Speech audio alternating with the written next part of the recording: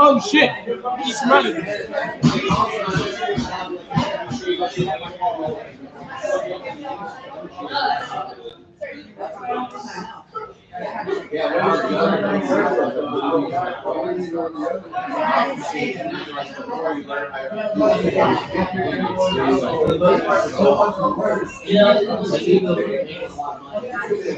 Yeah, bro.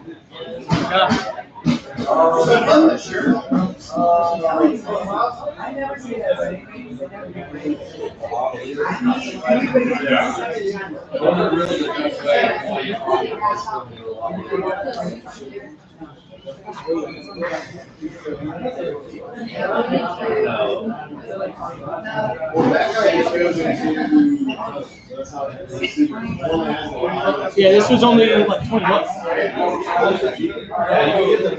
I've been testing it. I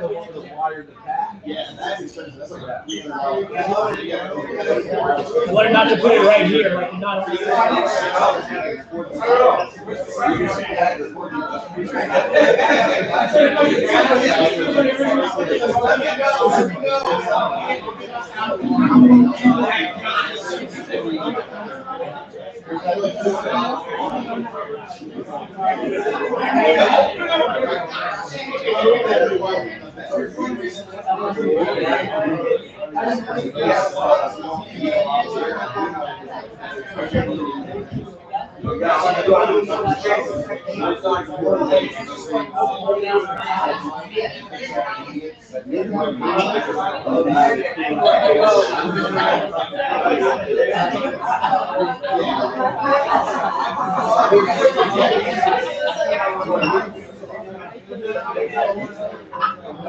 That's Jeff. Jeff said he's proud of me.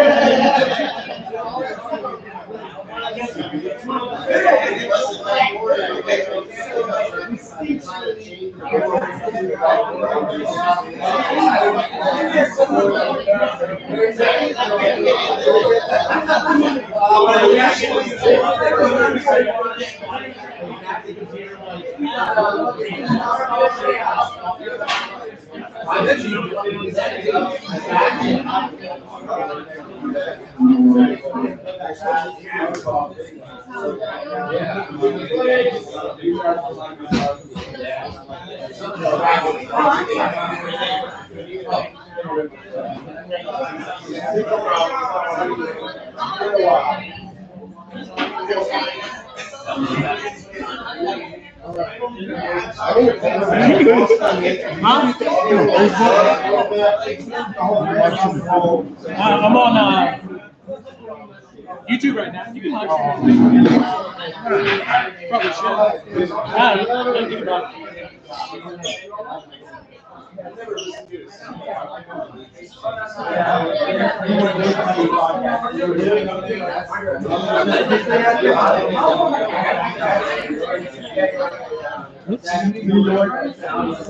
They wrapped up. All right.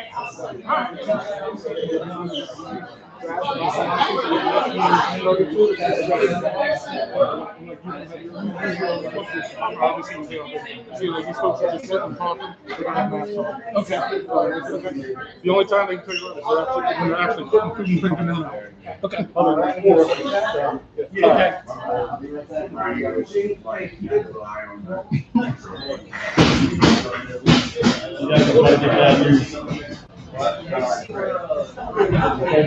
Hey guys, order food or put your mask on.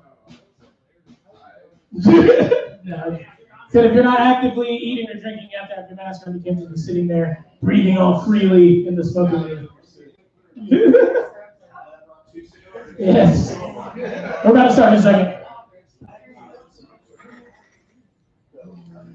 I'm supposed to have my mask on. Get a hat and pick up the hat. Lay in the trash.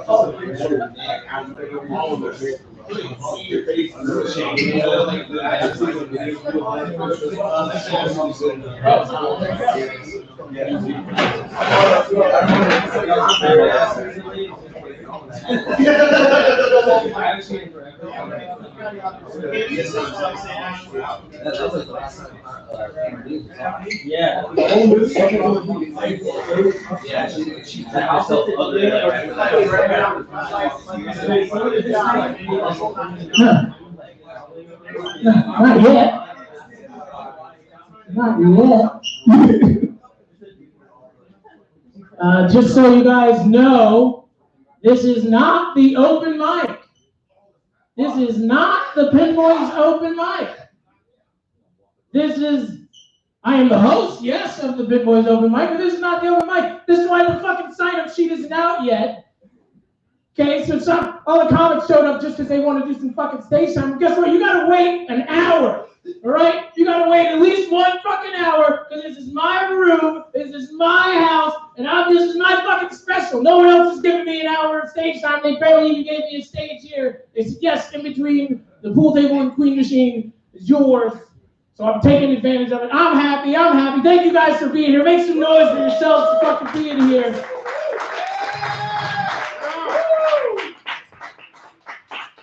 And due to the restrictions, King David cannot win once we do the open mic. I'm still going to do the open mic after the show, after my own personal fucking whatever it is. I don't fucking know. But once I get everything out that I want to say, then we'll do the open mic because I hate to steal the stage from people that I love sharing the stage with.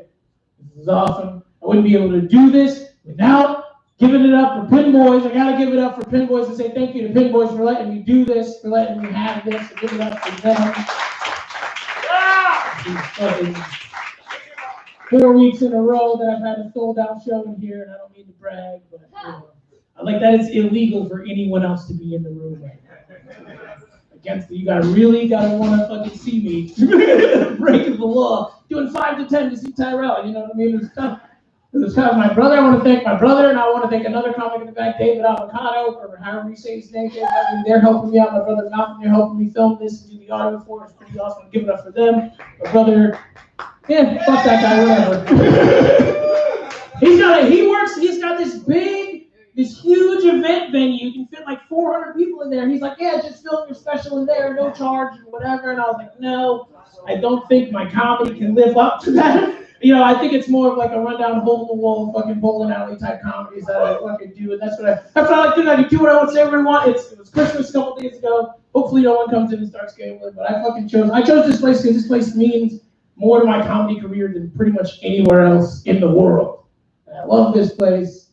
I used to come here when I first started doing comedy, and I just love the energy, the whole like not giving a fuck attitude. All we fucking care about is jokes. We just want to have fun and make other people laugh, make each other laugh. Nobody got mad at each other. There wasn't a lot of infighting. From what I knew, you know what I mean? It's like there was no drama. It was just jokes. It felt good. It was awesome. That's why I love this place. And I kept coming back here, and I told myself one day I want to be the host. That was my only comedy dreams. I wanted to host this fucking room after I fucking shoot for the stars and land on the moon. I'm still in the fucking dirt, but I haven't taken over, but I got it. I fucking did it. Like I made it. I became the host, became the first black host of Pin Boys. So I like to say, not to toot my own horn, but I am the Obama of Pin Boys, if you like, if you will. But it was just tough. I got to fuck my wife in the parking lot. Anyway, I love this place. There's no other place like it. You know, and I had to come up with a name for my special. I had to come up with a name, and I figured I came up with the name Atypical Black Guy. A space typical black guy. That's all I've ever wanted to be. It's just a regular fucking black dude. Like, I just want to be a black guy. So many people, my entire fucking life was like, you're so white, you sound white, you act white, you walk white, you fuck white. I don't even know. Everything I did, I just wanted to be a regular fucking black. I just wanted to be a typical fucking black dude. Like, I used to wear like the fucking chains and like the big diamond watches that you get from like the Chinese people at the mall. Like, I used to wear that shit, like trying to be something that I wasn't. I was trying to be, I don't know, just trying to be black. Like, get somebody. Only people that ever treated me like a black person was the fucking cops. I hated that shit. It's like, it sucks when I gotta say, like, I wish more people treated me like the police did.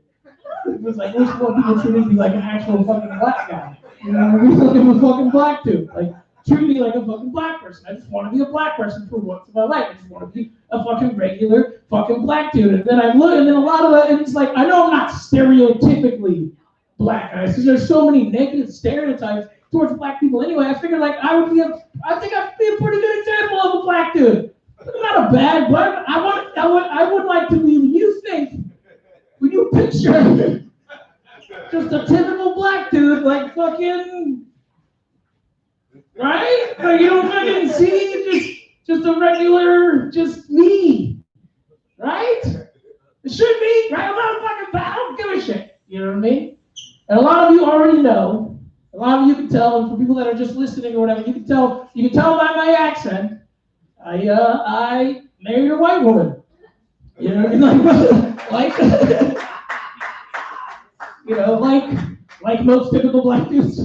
Yeah, I married a white woman, and I like to say that she's like the whitest of white. Like, she's a ginger. Like, she can't even tan. Like, she's just white forever. She's just white to red. She's just burnt. She's just whatever. It's like, I tell people that I'm married to a ginger, like with a ginger, and I've had people go like, "Aw, like, oh, that sucks." I feel bad for you. What are you upset about? Like, what are you feeling bad for? Like, I assume it's because people think the gingers don't have souls. When I found hers, it's about 8.5 inches deep inside her. You just gotta fucking get there. You know what I mean? Like, it is what it is, you know? And I don't know if you know this, but when you're dating a ginger, people like to ask you, does the carpet match the...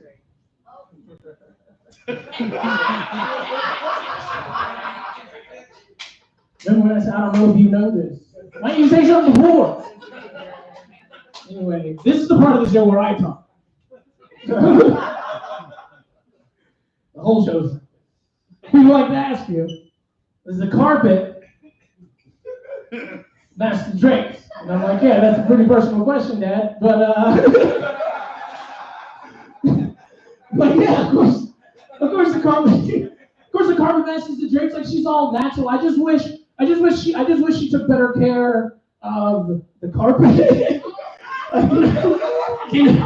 Like, I eat at that restaurant. You know what I mean? Like, we're not living in the 70s. Nobody likes shag. You understand what I'm saying? Like, it's just like vacuum that shit every once in a while. I don't fucking know. Like, I just hate when my face comes up looking like an everything bagel. You understand what I'm saying? Like, it's just it's tough down there. And every time I leave the house, I'm about to get on stage, my wife is like, can you please not talk about my dusty vagina? Like, if you didn't call it dusty, I wouldn't fucking talk about it. Like, I don't know, it's just fucking whatever. It's like fucking a couch cushion. You know what I mean? Anyway, so it's just like, you know, and then when I proposed to her, people were like, you know what kind of woman you're about to spend the rest of your life with. Do you have any idea what you're getting into? I'm like, no, not really.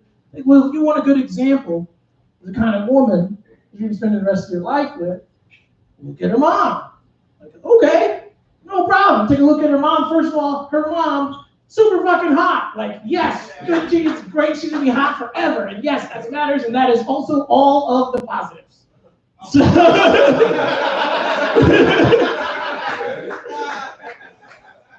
her mom suffers. Like, and I know it's not fun.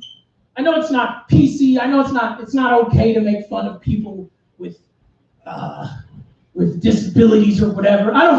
Her mom is lacking in a certain capacity. Her mom has a problem, and it's not her fault. You know, I shouldn't be making fun of her for what she cannot control. It's like she's never talked to a black person before. It's like she's never, I don't really know what to call, I don't know how to describe it. You know, okay. Let me tell you a story. We're at her cousin's wedding. 149 white people. One black dude. Until her cousin brings in his date, which is a black girl, and her mom loses her shit. Her mom's like, hey! Hey! Like, what? She goes, look. I was like, at what? She goes, it's a black girl. I was like, okay. She's like, you gotta talk to her. And I was like, why? What am I supposed, like, how is that, you know? So I went up to the girl, and I was like, hey, we're the only two people that can say nigger in here. Like, what are you fucking, like, yeah. And I didn't know what to do. And I just talked to her for a second. I went and I sat back at the table. I sat back down at the table, and I was like, okay, that's fucking weird. And her mom comes up to me. She goes, hey, I saw you went and talked to Shaniqua. And I was like, her name's Michelle, but, I don't, yeah. Like, yeah, well, did you ask her if her hair is real? What the what? Why would I? No, why would I? She's like, yeah, black girls don't have real hair. It breaks when you braid it. And then she just fucking walked away. And I was like, what the fuck was that? Ignorance. That's what I fucking call it. That's what she fucking suffers from. Fucking ignorance. It's fucking stupid. I didn't know. But this is the woman. I'm looking at this hot woman. Like, this is the woman that raised my wife. This is the woman that gave my wife her core values. So I gotta look at my wife. Like, does she suffer from the same fucking, does she have, from what I know of the disease, it is hereditary. It follows the bloodline. So I gotta look at my wife. I don't know, man, I don't know. Let me tell you the story. We move in together, we're living together, I'm in the kitchen, she's in the living room, she's flipping through the channels. All of a sudden she yells out, hey! Roots is on! It's just like, okay. And she goes, well, don't you have to watch it? I was like, what the fuck? I was like, I don't even know. But 2 hours later, I got some pity pussy. It didn't even fucking matter. It was whatever. My dad goes, did she call you Kunta? I was like, why do I talk to you? Like, what? Why do I put myself through this? You know what I mean? I feel like at this point I should mention that she had 2 kids before she got with me. So I helped raise 2 little white babies, and they helped raise my credit score. And it's pretty cool. It's pretty tough. I mean, it doesn't matter that they're a different color than me. You know, it hasn't really been an issue. I think me actually being a good father has been an issue because it's been tough. Is it very tough? I don't know anybody. Make some noise if you got kids. You mean you got kids?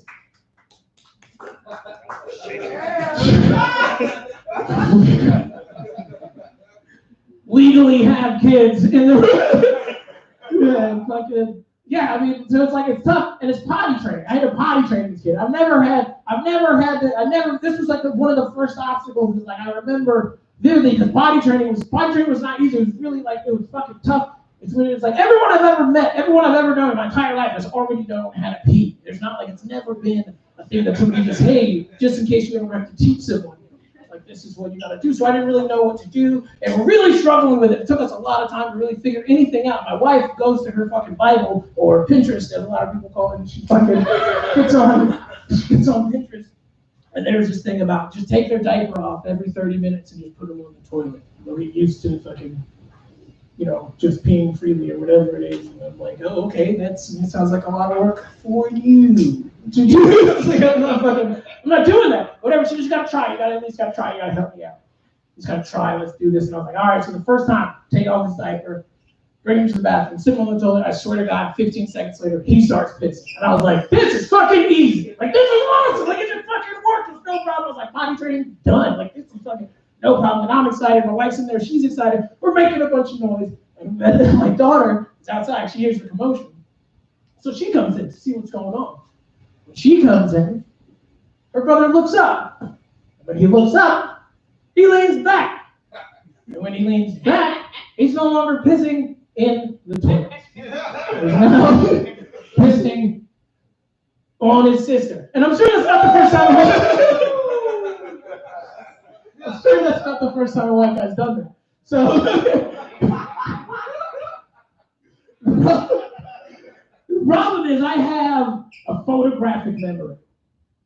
And now I have this picture in my mind of my son pissing into the air, or it's landing on his sister's chest, while my wife is in the background, in the air, jumping, clapping, and smiling as if this is like the best thing that's ever happened to me. I was like, I'm definitely parenting wrong. Like, this is not how this is supposed to go at all. I was like, plus we're renting this place. Like, it's pissing everywhere. Like, this is not our house. Like, we don't own this. I don't know how I'm going to explain this to the owners of the house. I don't know what to do. So I was like, this fucking sucks. So we decided we were actually going to try and buy our own place so he can piss in his own bathroom, I guess. But I was like, we decided, a couple weeks go by, and a fucking house opens up for sale in our neighborhood. Like, oh, cool. The wife is gone. It's an open house. It's like 3 o'clock in the afternoon. The weather's nice.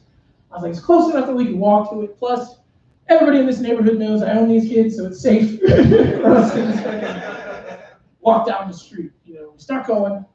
We're getting there. I get a tug of my arm. I look down, it's my son, and he's like, I gotta pee. I was like, okay. And we were closer to the open house than we were to my house. And I thought it'd be weird to just walk up to the house and be like, hey, can you let this little white boy pee? I'm gonna look around for a little bit. Like, I just thought it was weird. I thought it was a weird thing to say. So it's just like, all right, plus he's a dude. And make some noise or just raise your hand if you're a dude who pissed outside. Every dude ever has pissed outside, right? You pissed outside. I figured 4 years old was a good time to learn to pee outside. I said, fuck it, man. I just said, run up on the side of the house, pull your pants down, and take a piss. And I'm going to stand there on the sidewalk and try to figure out something to do to not bring attention to that situation. And as I'm trying to figure it out, I get a tug on my other arm. It's his sister. She's like, I got to pee too.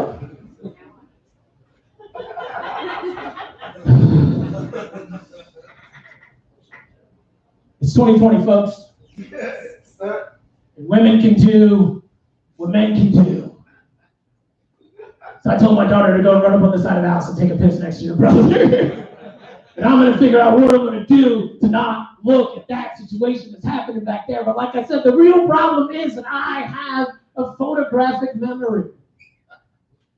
And I turn around to check on the progress, just to see how things are going, just to check the status, the situation. And I look back, and I see my son with his pants down around his ankles, one leg out, full superhero stance. Well, my daughter, also pants down around her ankles, one leg out, down like a softball catcher, which rose some other questions that I don't think we have time to address at the moment. And she's down there and they're just looking at each other, fucking cheesing, and they were doing what they called enjoying the freedom of the stream, just like a quick right there. I was like, what the fuck? And I'm looking at them, and the first thing I thought was, I am definitely parenting wrong. Like, this is not where this is supposed to go. And then the second thing I thought was, they're not gonna let us buy this fucking house. Like, and my buddy goes, no. If you pee on it, you own it. I was like, well, that is how I got my wife, so it's just like, that's whatever. She's done some, we've done, she's taken care of me, physically, but she's done, I'll tell you, okay, all right, so, okay, this happened a couple weeks ago. But this is when I knew for a fact 100% that I was never going to leave this woman. This is the woman that I'm going to be with for the rest of my life. I can cherish her, everything she does. She's the best. She's perfect. She's amazing. Never going to leave her. Never going to cheat on her. Because what had happened a couple weeks ago, between the two of us, was a magical, beautiful, majestic moment. It was the most magnificent thing that's ever happened to me in my entire life. That's why I know I'm never going to leave her, because I don't think it'll ever happen again with anybody else. And what I did was, I came on her face. I came on her face. I came on her face. I came on her face. I came on her face. I came on her face. It was amazing. Have you ever, sir, you never come on a girl's face before? Have you come on a dude's face before? I don't know. Oh. Fucking come on, it was amazing. Who makes a noise if you come on a person's face before? Yeah. Fuck yeah. You know what I mean? If you haven't, I suggest there's a couple of pretty faces in here.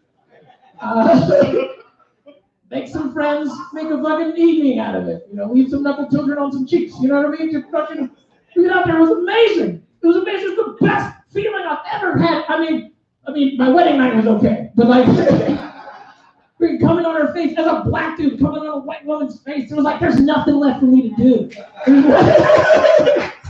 I fucking made it. I fucking did it, and I'm watching it. And it wasn't just the act. It was like she wanted it. She was like, yeah, she's like, right here, fucking glazing me like the fucking, oh yeah, right here, like, yeah, I'm fucking so ready to do it. She's like putting my dick in her mouth there. I was like, oh, my dick was so far down her throat that when she birthed, I farted. You know what I mean? Like, oh, it was amazing.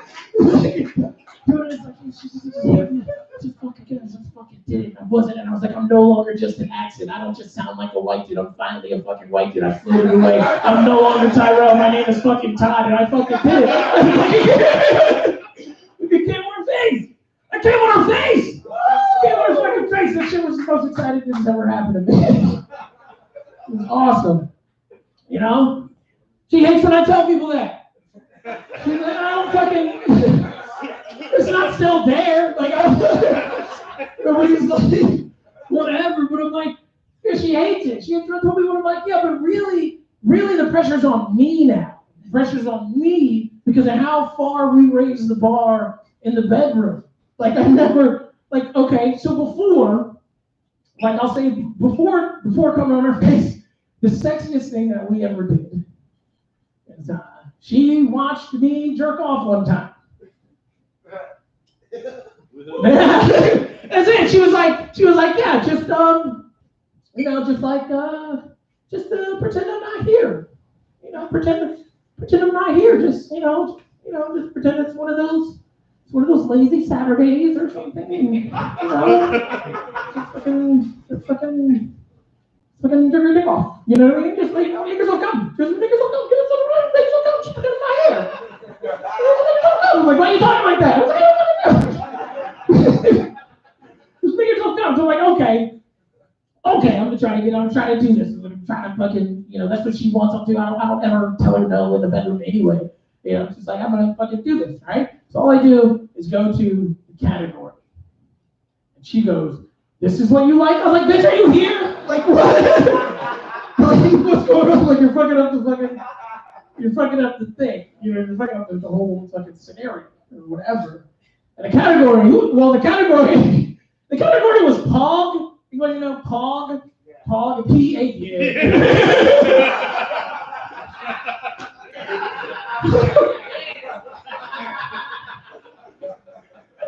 Pog, P-A-W-G, Pog. Pog? You know Pog?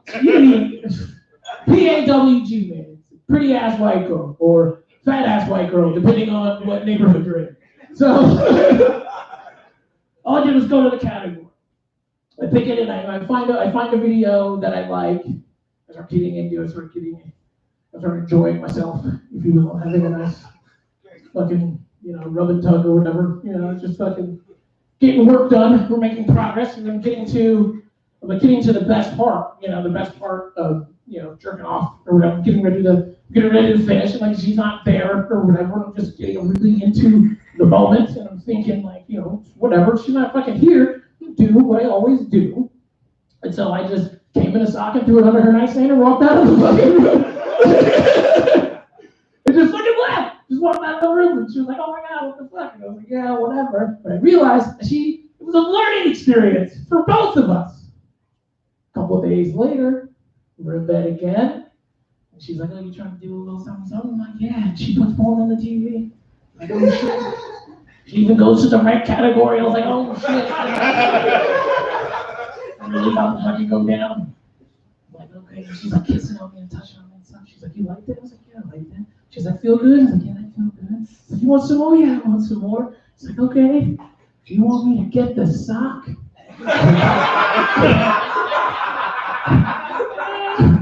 What? She's like, "Yeah, because you know how you like coming in socks." I was like, "Is that what you got?" Is that what you picked up on? Fucking watching me. She was like, "Yeah." And I was like, "Bitch, you think I'm attracted to Nike? Like, what the hell?" And she's like, "Well, don't you want to just do it?" I'm like, "Leave me to the jokes, right? This is fucking stupid. It's whatever." Well, blowjobs, I was talking about blowjobs. I love blowjobs, man. Blowjobs are my favorite subject. Like, I love receiving blowjobs. I've never given one. I'm sure I'm good at it. We can find out. I don't know. Like, you don't come on faces, so I feel like I'm safe. It's whatever. I mean, it's just the best thing. Like, I like that the title is also the instructions. Like, the sucking a dick is also what you do as well as what you're doing. Like, I don't know. It's just so versatile. Like, I love receipts. It's just the best thing. And I'll talk to anybody about them at any time. I think that's why I have a lot of gay friends too, because they're like, we both like talking about dicks. Like, we both like talking about sucking dicks or whatever. It's just, different ends of the spectrum or whatever. To each his own. And I love it. And I know that convincing a woman to give you a blowjob is difficult. Unless you find like that diamond in the rough. There's ones that are like, I love sucking dick. I'm like, why are you talking? Like, so, I remember the first time trying to convince my wife to give me a blowjob. Remember the first time? It wasn't easy. I was just remember, like, I don't want any ladies to be too impressed about what I'm about to say, but like, we would go on dates by sitting in my car in front of my mom's house. And we would just sit there and drink 40s and talk.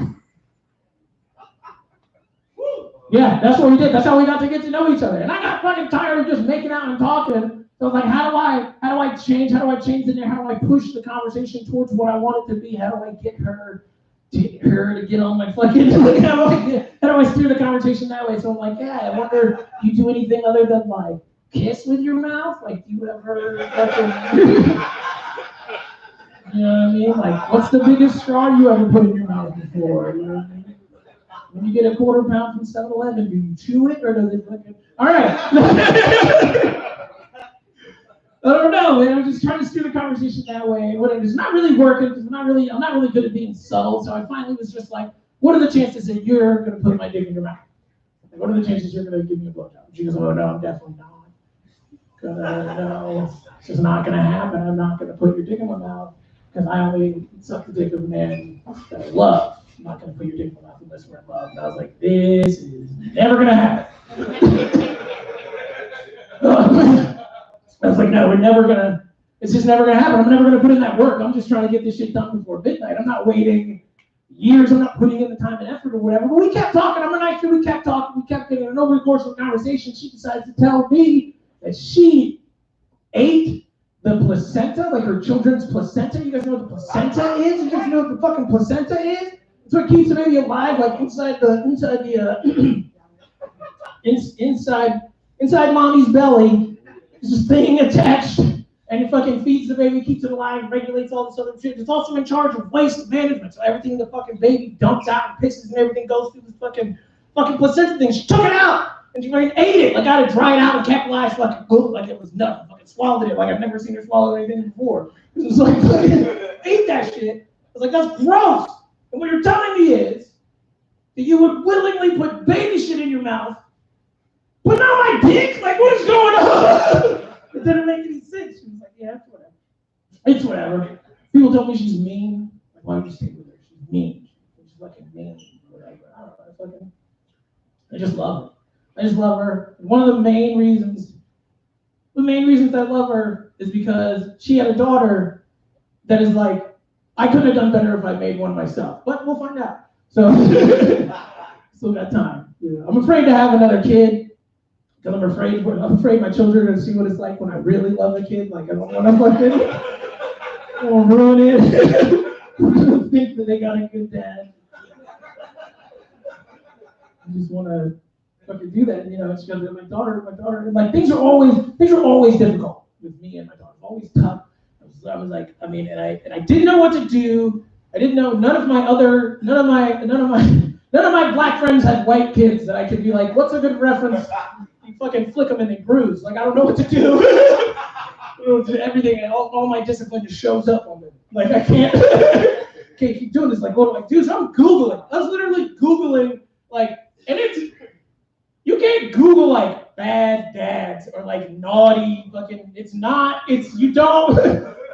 You know, I realized very fucking quickly Googling, because I'm like, what are things like bad things that bad dads have done? And I realized very fucking quickly that was a huge mistake. Because I'm like, at least I know I'm not that bad. Like, I need to get like that end of the spectrum.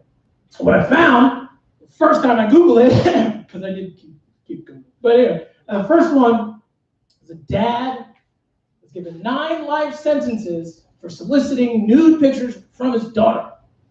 And I'm like, that ain't fucking me. Not even close, but I gotta figure out what happened, like how did you get there? What happened in this? So I read the story. I had to read the story for research, man, this joke.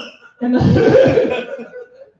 this dude, his daughter, I guess, you know, got a new cell phone. She's fucking on it all the time, and he figures like he wants to see if he can actually like, you know, trust her, like get a hold of her or whatever. So he creates his own fucking fake account on some sort of site that she's on and says that he's the same age as his daughter, starts flirting with her. They end up making a relationship. This is over the course of like almost a full year. This is like months that he's doing this. He's like courting her. And he's trying to get her to send him like naked pictures, and like they're talking explicitly about things that they would do to each other. I'm like, this dude is fucked up in the head. This dude is definitely something fucking wrong.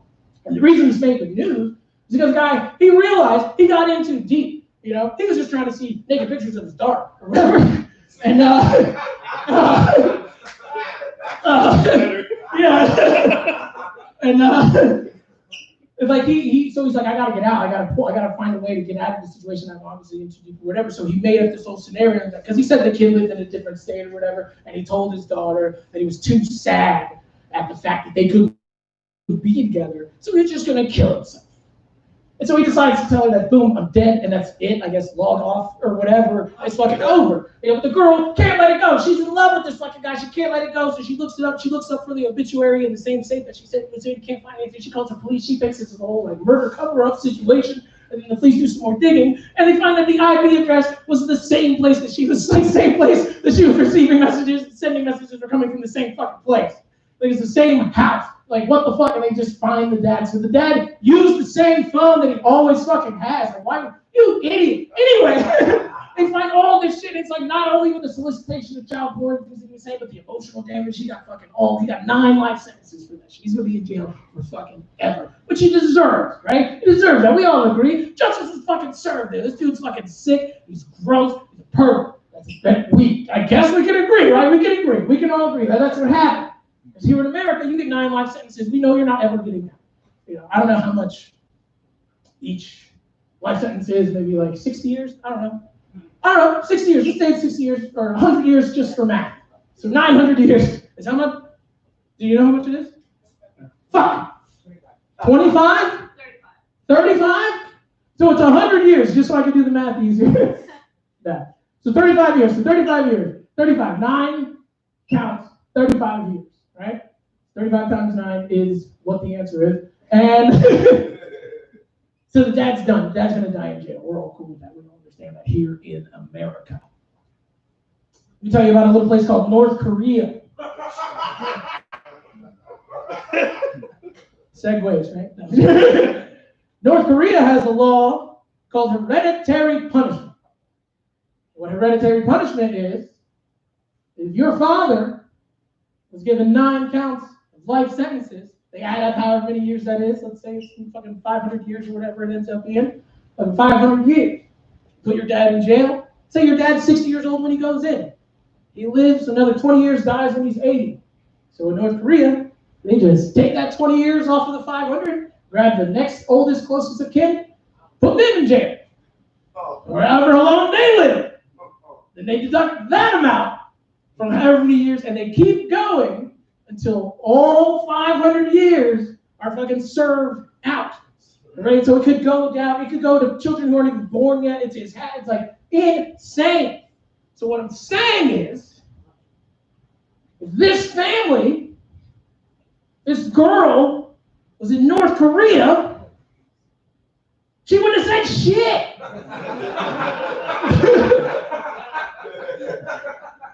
She's like, I'm not going to go to jail in like 70 years or whatever just because you want to see my titties over some spaghetti. Just fucking here and let's get this shit over. Let's fucking move on. It's fucking insane. It's insane to me that people like that exist. And I'm like, I know I'm not that kind of dad. I know I'm not that bad. I'm not a bad person. I'm not a bad dad at all. I love my daughter to death. I do anything for my daughter. My daughter is literally the best at whatever it is she feels like doing at the time. It's like, you can't really, it's literally, it's in her name. She has a couple of names before that, but her last fucking name is Best. It's literally Best. And I was like, you couldn't have gone to a better person. And like I said, I couldn't have made a better girl myself because I love her to death. Just everything to me. It's the best thing that's ever happened to me. And I remember first time I got to pick her up from elementary school. This will never leave my brain. First time I go to pick her up from elementary school. I'm super excited because this is like one of those times that I could be there as a dad. Like your dad picks you up from school. Like your dad, it's your dad. I'm here. It's normally her mom. Whatever this time it's me. I left work early. I'm like excited. And every time I see my kids, just to build a bond or whatever, I bend down, I pick them up, kiss them on the cheek, tell them I love them, I put them down. That's what I do. That's how I greet them. That's how I say goodnight. That's how I say hello. That's everything I do is just pick them up, I love them, put them down, whatever. I'm excited to do that. After school, picking her up. I don't give a shit. I've never been there before. So if I could buzz louder. I've never been there before. So I'm just sitting in the parking lot waiting, and I'm waiting to see where like all the other adults go. And waiting to see where all the other adults go. And I'm sitting in my car, and I see they start collecting up on the side of the building, but the door doesn't exactly open up yet. I'm waiting, and then when the door opens, they start filing in. And I get out, and I get a little distance between like each of the groups or whatever, so I'm kind of by myself inside, and I'm seeing that this lady is holding the door open for everybody. But then as I start walking up, she like fucking slides inside. Just fucking lets the door close. And then when I get up to her, get up close enough, she cracks it and she goes, I need to see your ID. I said, okay, I understand. I've never been here before. This is probably, obviously, a security measure at the school or whatever. I slide her my ID. She writes something down. She opens the door, slaps a sticker on my chest. She goes, go stand over there. So I walk in and I'm standing there. I'm just fucking standing there. I'm just waiting. I don't know what to do. I don't know what the procedure is. I'm just waiting. I'm fucking standing there. I look. There's a little kid standing next to me. Never seen him before. I'm just looking at him. I'm like, okay, whatever. I'm like, what's up? He's like, what's up? And then I look up, and this lady goes, oh, you guys are good. You can go. I'm like, I don't know this kid. You guys just brought me a black kid. Like, I don't fucking know. I was like, you guys gotta come get little Jamal. I don't know. It seems like you know his name. I was like, his fucking name's Jamal. Are you serious? Because are you here to take me home? Like, you don't fucking know, man? What the fuck? Like, how many people come pick you up? Like, it's usually only one black guy. I'm sorry. It's not yours or whatever. I was like, no, mine's like fucking back there. She was on the other side of the fucking gym. She was way far away. She was on the other side of the gym. And I was like, okay, that's her. You can get her to my daughter. And she doesn't care about anyone. Like she's emotionless, just fucking stoic, just fucking fuck you, whatever. Just like fucking doesn't give a shit. She's gangster as fuck. Like she just doesn't give a shit. And as she's walking, I can see her as she's walking from the other side of the gym. These two ladies are fucking whispering in her ear and pointing at me. Fucking whispering and pointing at me. And she's not doing anything. She's just fucking walking like she sees me, so she can come to me or whatever. And like I said, I always bend down, pick her up, kiss her on the cheek, tell her I love her, put her back down. That's what I do. That's what I do. I feel like I was like, okay, everybody's gonna see that everything's okay. Once I grab her, kiss her, put her down, everything's gonna be fine. Everybody's gonna be okay. Just like I need her to let them know that she knows me. Give me a fucking signal because this is fucking weird. I don't really know what to do. I get excited and I was like, fuck it. I go and I like meet her halfway. I grab her. And as I get her feet just off the ground, as soon as I get her feet off the ground, she goes, "Stop molesting me!"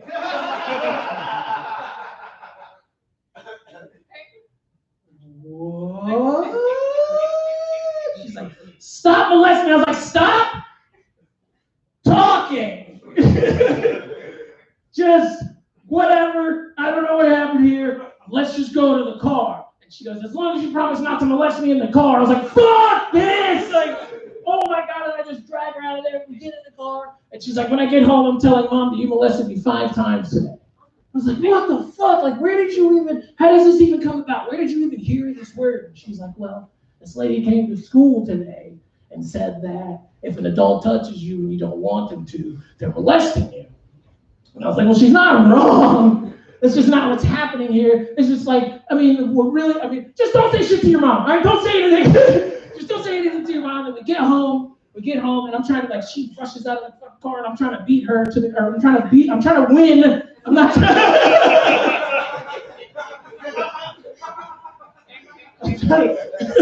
I'm trying to be first place in the house. But she gets in the house before me, and she goes, "Oh my God, Tyrell molested me 7 times today." I was like, "In the car you said it was 5. And I was like, hold on a minute.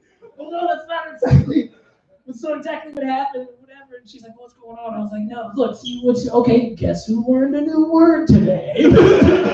It's grade school and whatever. I said, "But the real problem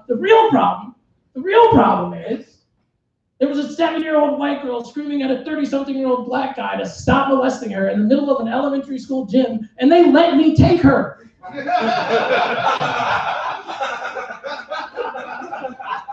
It's like, "We don't go to that school anymore." I was like, "What the fuck?" I was like, "That's cool. I got the one I wanted anyway." So I was fucking I just came here for some shopping. You know what I mean? That's my daughter, right? It's my daughter. I gotta look at her too. She was raised by these ignorant, come hungry women. It's like I don't know, man. I gotta look at her though, right? She can't have this, right?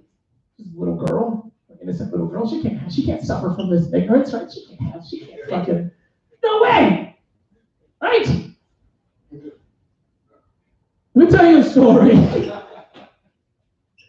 We're at the park, and I'm pushing her on the swing. And she goes, "You should get in the swing next to me." I said, "Okay." So I get in the swing next to me, I'm swinging. She goes, or my swing starts creaking. Okay. She goes, "I know why it's doing that." And I was like, "Oh, why is it doing that? Beautiful, love of mine, innocent little child, angel. Why is my swing creaking?" She goes, "Oh, your skin's darker. That makes you heavier." I'm like, "What the fuck?" Where the fuck? Have you even, like, where did you hear that? And she goes, "Mimi told me." I was like, "What the fuck?" That's just insane. This is just stupid. She goes, "Also, Mimi said I can't eat any of your food anymore because it's too spicy." I was like, "No." That's called flavor. White people don't know what it is. Like, it's just insane. It's like, yeah, I mean, I gotta, she can't have it though, right? She can't have it. She's too innocent. And I swear to God, she said one of my favorite, we had my favorite interaction with her. One of my favorite things we did this happen a little while back. The whole family went out and we're all tired from the days. We get back home. We just want to veg out, just plop out, maybe take a couple naps or whatever, sit down, just relax, just sort of decompress from the day that we had. It's great, so I just plopped down on the couch. She plops down on the couch next to me. This is back when I had just proposed. And she goes, so you're gonna marry my mom? I'm like, yeah. She's like, so what do I call you after you guys get married? Like, what do I call you? Like, you call me whatever you want. You say what you call me. I don't care what you, I don't give a shit what you fucking, say whatever you want. Say whatever you want to call me. She goes, okay.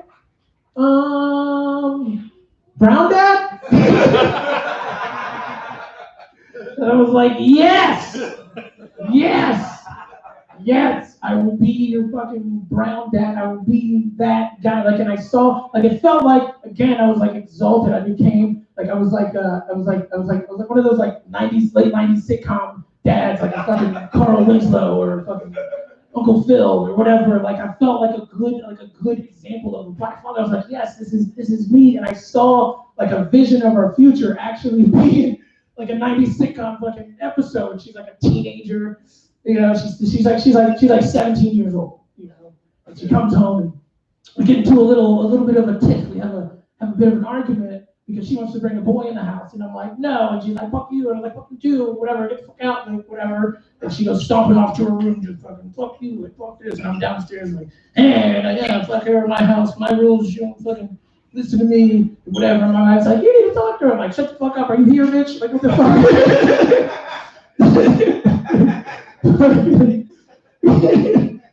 I'm like, yeah, but I gotta fix it. I gotta tell her, I gotta figure out a way to fix this. And I go upstairs and I get up to the door, I'm about to knock on her door. I'm like, oh, I put myself together. I really gotta do this. I knock on the door, and she's like, no, I hate you. I'm like, no, I'll never hate you. I'll love you forever. And she's like, leave me alone. And I was like, I'll never leave you alone. It's not like I'm your real dad. I mean, I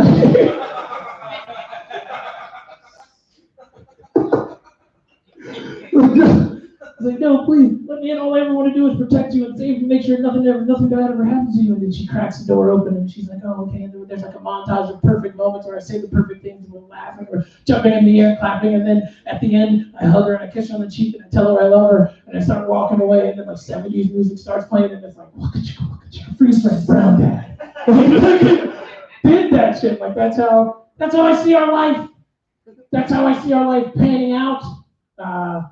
This was step one. This is the first step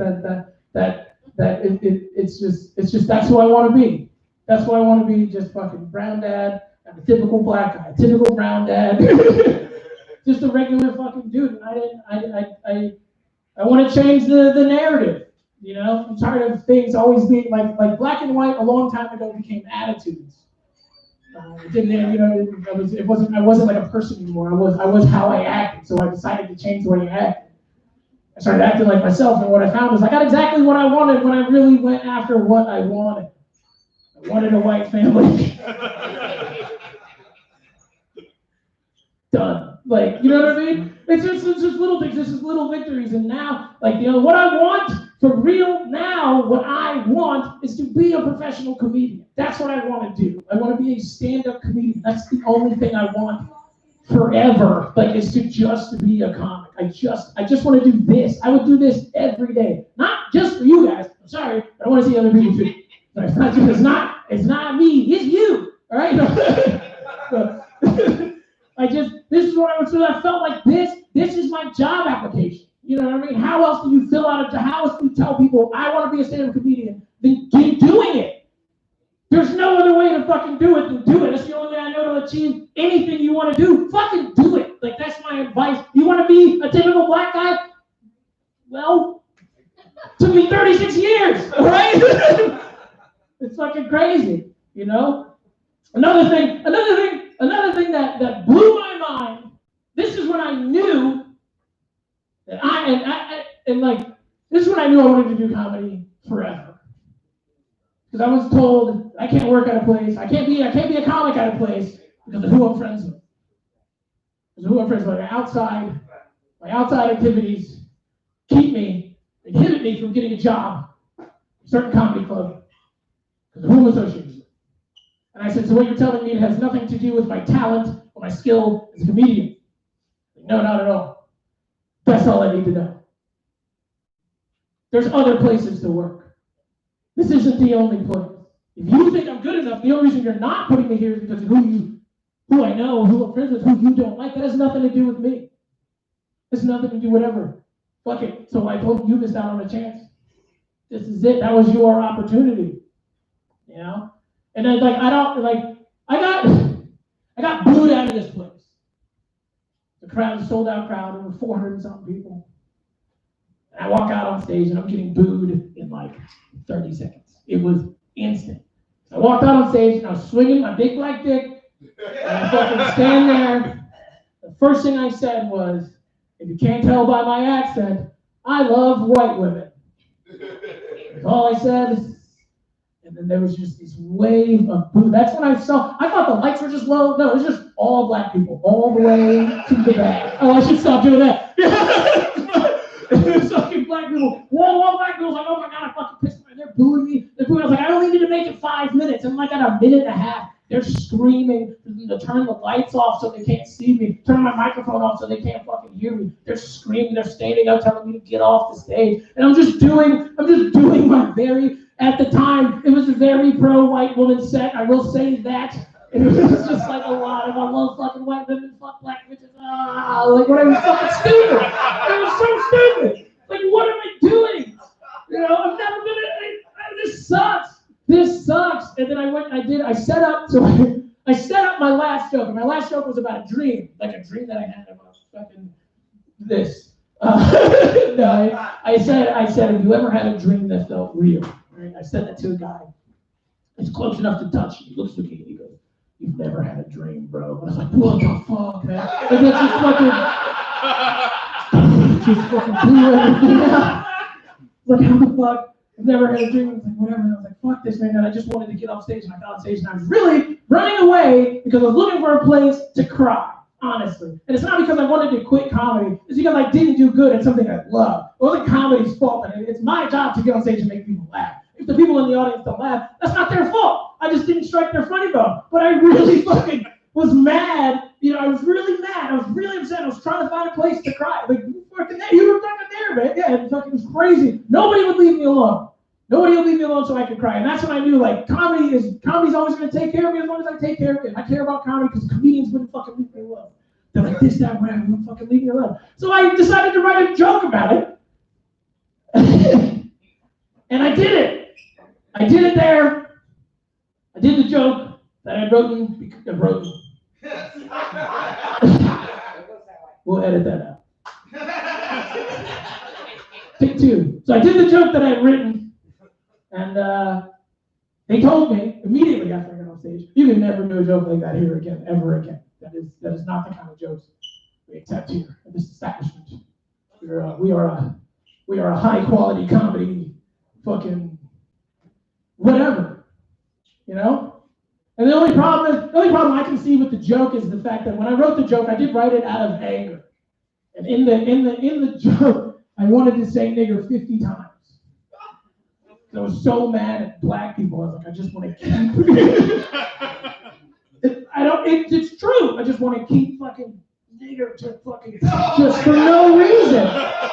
Just inexplicably, right? It's like it's my black privilege, right? I could just fucking do that. Like I'm allowed to just do that. So I wrote this joke, and the problem is I like the joke. It is an excessive use of the word nigger. It is. We counted. I never actually got to 50. I think it was a year. I got to like 47 one time. I was like, this is insane. I'm just sitting here. How many nigger? It's fucking crazy. You know what I mean? And if you guys want to hear the joke.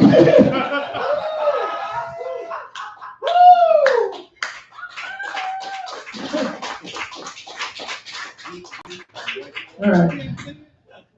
Nigga. No, I'm just kidding.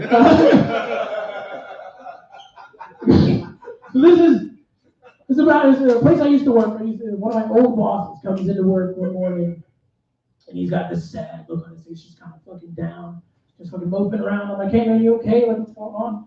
Or whatever. He's like, no, I'm fine. I'm like, oh man, what's going on? Looks like you need somebody to talk to. And he goes, well, my mom died this morning. I was like, what the fuck are you doing here? Like, why are you here? Your mom died. He's like, yeah, she died at like 4 a.m. It's like 7. I'm like, dude, she just fucking died.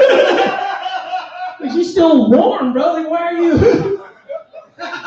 even here. Like, why are you here? What's the point? He's like, well, not a lot of people liked my mom, and she didn't have a lot of friends and whatever. She you know, I was like, why is that? Why did anybody like you? He's like, oh, well, you know, she was born in a different time.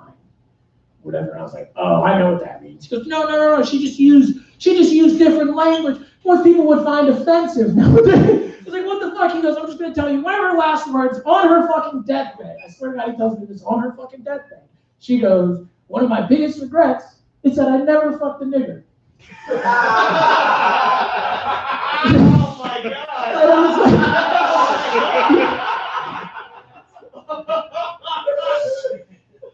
I don't even know if that's bad because she wants to fuck a black dude. Like she wants. She's like, shit. Like never got any of that Alabama black snake. Yeah, never fucking took it. Never got that shit. And he's like, oh, you know, there was a black doctor in the room. I was like, oh, cool, progression. Like, what are we talking about? He's like, yeah. And then my boss goes, I don't even use that word. And I was like, you just did. Like, you just fucking said it. And he goes, no, I said it in quotes. So somebody else had said it, so it's not actually, it's somebody else saying it. I'm just quoting somebody else. I was like, it's fine, man. I don't need an explanation. It doesn't bother me. And he goes, so I can say it? And if you would have walked in the office at that moment, you would not have believed that this dude's mom had just died. Because this dude got so fucking happy when he could say, when he thought it was okay for him to say nigger in front of me, when he thought, he was like, I can fucking say, like, you're okay with it, buddy? Like, fuck. And I was like, no. I was like, no, you can't. I'm not saying. I was like, it's okay that you said it the one time. I'm not gonna fucking kill you. Like, it's okay. Let's just move on from it. And then I was thinking to myself, man, looking at the joy that overcame him. I was like, man, is this what white people want so badly? It's like overwhelming nigger joy. So what do? How do we solve the problem? I say, we come up with a holiday where white people can say nigger as much as they want, just without consequences, say it without malice, just fucking throw it out there, say it, no consequences, no matter what. You can say it, do it, whatever. And I understand this is going to be a tough sell to black people. I understand that. I know that off the top. So the first thing is black people get the day off work. It's automatic. No black person you still get paid. It's a paid day off, which is our favorite kinds of days off. PTO, you know, I can get that shit. So black people get the day off. Also, 100 points to your credit score if you don't hurt a white person that day. You know, Hennessy's on sale. Joints are free. I don't know. It's gonna be fucking tough. It's a lot to fucking sell, but I guarantee, even though they got the day off, that's gonna be the day that every fucking black person shows up to work because they want to see how many of their coworkers come out of their office like, it's nigger day, like fucking happy as shit. They're gonna fucking love it. And then it's like, you know, also like young white kids can sing all the favorite lyrics to the rap songs. they can sing rap songs, whatever. But it's tough. You know what I mean? I feel like this holiday could be a good thing. It could bring us all together because I think it could soften the blow. After a couple of years of nigger day, people are gonna get tired of hearing it. You know, it's gonna lose its steam. You know what I mean? It's like when white people start playing basketball. It's not as good as the original. Like, you know, it's like, I don't know. It's fucking. So we're gonna, you know, that's what we're gonna do. We're gonna fix it. It's gonna solve like a lot of racial issues, and maybe we can all just start holding hands and singing "Kumbaya" under the nigger day tree. You know what I mean? Like just holding hands and whatever. But the only problem I see with that is what ornaments do you hang on the nigger day tree? And like, one of my friends goes, chicken bones and watermelon seeds. And I was like, I don't know why I fucking talk to you, man. I don't know why I don't talk to any of you guys. And he goes, also that joke is he said that joke is racist to black people because he said it's only black people that have 100 points worth of room in their credit score. And I was like, what the fuck, man? Yeah, so I don't have any more white friends. There was just one more joke. There was one more joke that they told me I could never tell on stage there again. I'm gonna tell you guys that too. There's no fucking backstory with it. This is just back when I used to drink, and I want to tell you guys this joke anyway. But I used to get really drunk. This is before I was married. This is before I met my wife. I get really drunk, and then I would call my ex-girlfriend because we all make decisions. We all make great decisions when we're drunk. Call my ex-girlfriend. We're talking. We were friends at the time. We were talking, but this conversation always ends up turning towards why we broke up. She always ends up steering it towards why we broke up. I'm like, I fucking hate that shit. She's always like, I know why we broke up. I'm like, no, you don't know why we broke up. I was like, I'm pretty sure. She's like, I'm pretty sure we broke up because of the miscarriage. It's like, no, you never listened to me. I know it's not because of the miscarriage. It's been a miscommunication. Because what I was telling you is that you've always been dead inside.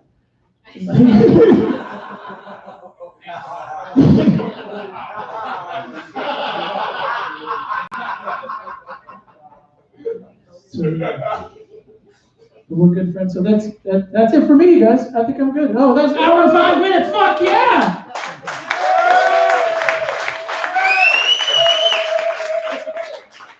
Thank you, guys. Stick around if you want to, because the open mic is starting up now. I'm going to stop this live stream, and then we'll be live streaming that as well. So yeah. Thank you.